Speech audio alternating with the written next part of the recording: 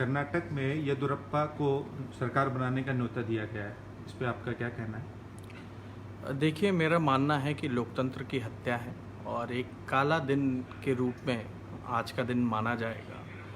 आपको पता होगा कि बिहार में चुनाव हुआ था तो मैंडेट महागठबंधन को मिला था और महागठबंधन बनने के बाद कुछ दिनों बाद तुरंत एक नई गतिविधि पैदा हुई जिसके ज़रिए नीतीश कुमार जी महागठबंधन छोड़ करके बीजेपी के साथ चले गए। उस दिन भी हमको याद आता है कि राष्ट्रीय जनता दल 2015 के बिहार के असेंबली चुनाव में सबसे बड़ी पार्टी 80 विधायक की पार्टी थी, सिंगल लार्जेस्ट पार्टी थी।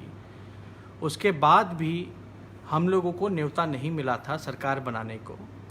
2 बजे रात को हम लोगों ने परेड भी किया था। सभी विधायक हमारे कांग्रेस के विधायक being as a single largest party and being as a single largest block जो संविधान के दायरे में है, न्योता हम लोगों को मिलना चाहिए था जो कि नहीं मिला, जिसका जिक्र हमने कई बार भी किया है।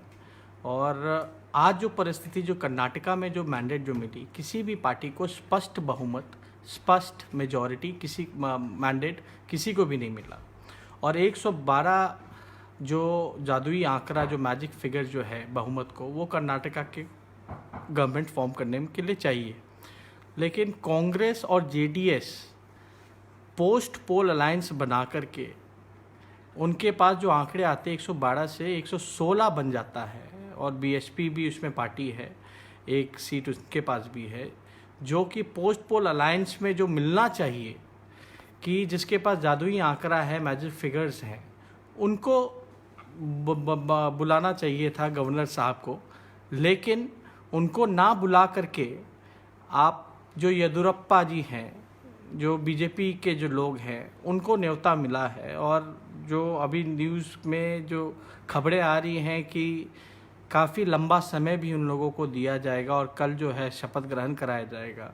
तो बिहार में अगर सिंगल लार्जेस्ट पार्टी को न्योता नहीं बुलाया जाता है तो बिहार देश से तो बाहर नहीं है।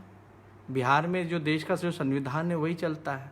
तो कर्नाटका में अलग क्यों, जो सिंगल लार्जेस्ट पार्टी है उसको न्योता मिला, लेकिन 104 से वो ज़्यादा है नहीं, जो कि साफ साफ हम लोगों को दिख रहा है कि जो आंकड़े जो हैं वो कांग्रेस और जेडीएस के साथ है। लेकिन फिर भी न्योता जो है आप देखिएगा कि बीजेपी के लोगों को ही मिल रहा है। इसका ये मतलब है कि हेड भी उनका बीजेपी का, टेल भी बीजेपी का, चित्त भी बीजेपी का, पट भी बीजेपी का। मतलब कि जो चाहे कोई कर ले, सरकार जो है बीजेपी बनाएगी। यानी लोकतंत्र हमारा खतरे में है। और बड़ा दुखद है कि जिस तरह का देश में तानाशाह रवैये से ये जो सरकारें चल रही हैं और जो येदियुरप्पा जी को जिस तरह से न्योता मिला है सरकार बनाने का, इतना लंबा समय भी दिया जा रहा है, तो हमें जो आशंका है कि हॉर्स ट्रेडिंग की जो आशंका है वो बढ़ जाती है। बीजेपी और उनके नेताओं के पास ऐसा कौन सा गुण है जो 104 से 112 तक पहुंच जाएगी। यानी दूसरे पार्टियों के विधायकों को आप तोड़ने की कोशिश कीजिएगा, प्रलोभन देने की कोशिश कीजिएगा, लालच देने का कोशिश कीजिएगा और मुंह मांगा रकम जो हॉर्स ट्रेडिंग है उसकी कार्रवाई चलेगी। तो ये कहीं ना कहीं से हमारे डेमोक्रेसी के लिए, लोकतंत्र के लिए ये खतरा है।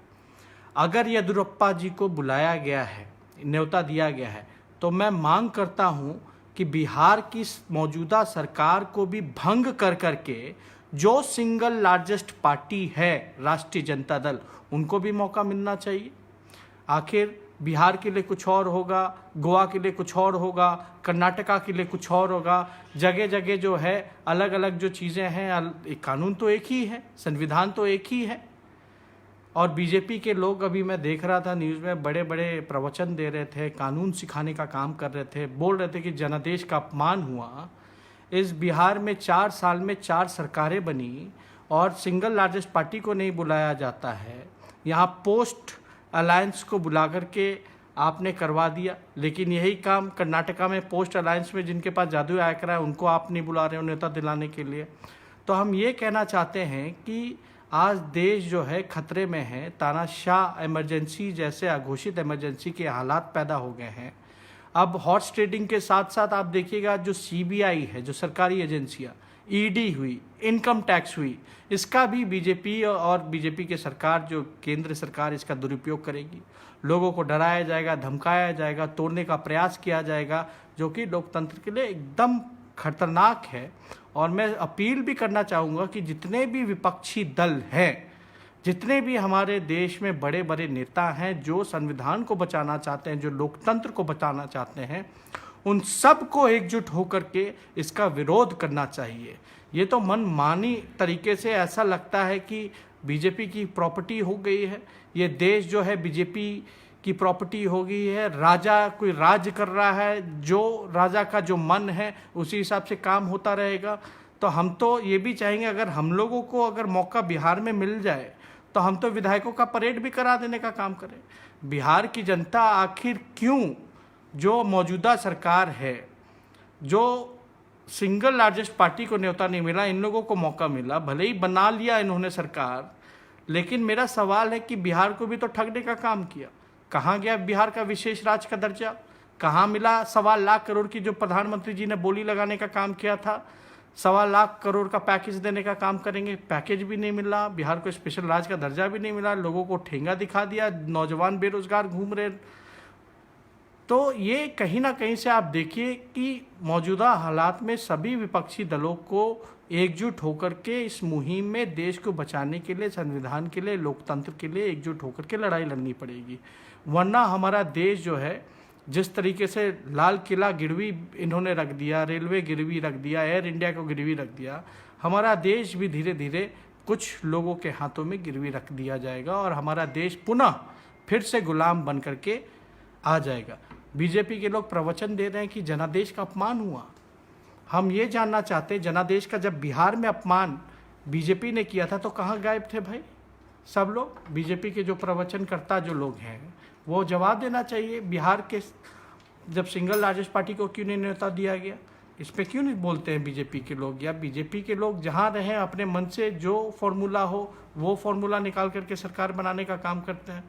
तो मेरा सवाल है कि 104 से 105 या 112 तक बीजेपी जब पहुँचेगी, जो मौका मिला है इनको सरकार बनाने का, हॉर्स ट्रेडिंग के ज़रिए, ब्लैकमेल के ज़रिए, सरकारी एजेंसियों के द्वारा दबाव डाला जाएगा और ये कहीं ना कहीं से हॉर्स ट्रेडिंग को बढ़ावा देने की बात आती है। ये जो जनादेश का अपमान की बात करते हैं, हम जानना चाहेंगे कि जो भी 104 या 105 होगा तो वो दूसरे दल से आएंगे विधायक। जो दूसरे दल से जब विधायक आएंगे तो जो दल में उनको टिकट दिया और जनता ने उस दल को वोट दिया और विधायक बनाया, वो विधायक अगर जीतता है किसी और पार्टी से, जाएगा किसी और पार्टी को, तो क्या वो जनादेश का अपमान नहीं होगा? जो बीजेपी के लोग कह रहे हैं कि सिंगल लार्जेस्ट पार्टी है, जनादेश का अपमान हो गया, कांग्रेस और जेडीएस मिलकर के पोस्ट पोल अलायंस और सरकार पेश करने का दावा जो बनाने का काम किया, तो जो विधायक की जो खरीद फरोख्त होगी, जब पार्टी बदलवाओगे तब वो जनादेश का अपमान नहीं होगा? यानी जिन लोगों ने वोटिंग किया, जिन लोगों ने मैंडेट देने का काम किया, आज मैंडेट को भी बीजेपी के लोगों ने गिरवी रख दिया है, खरीद फरोख्त करवाने का काम करेंगे और सरकार बनाएंगे।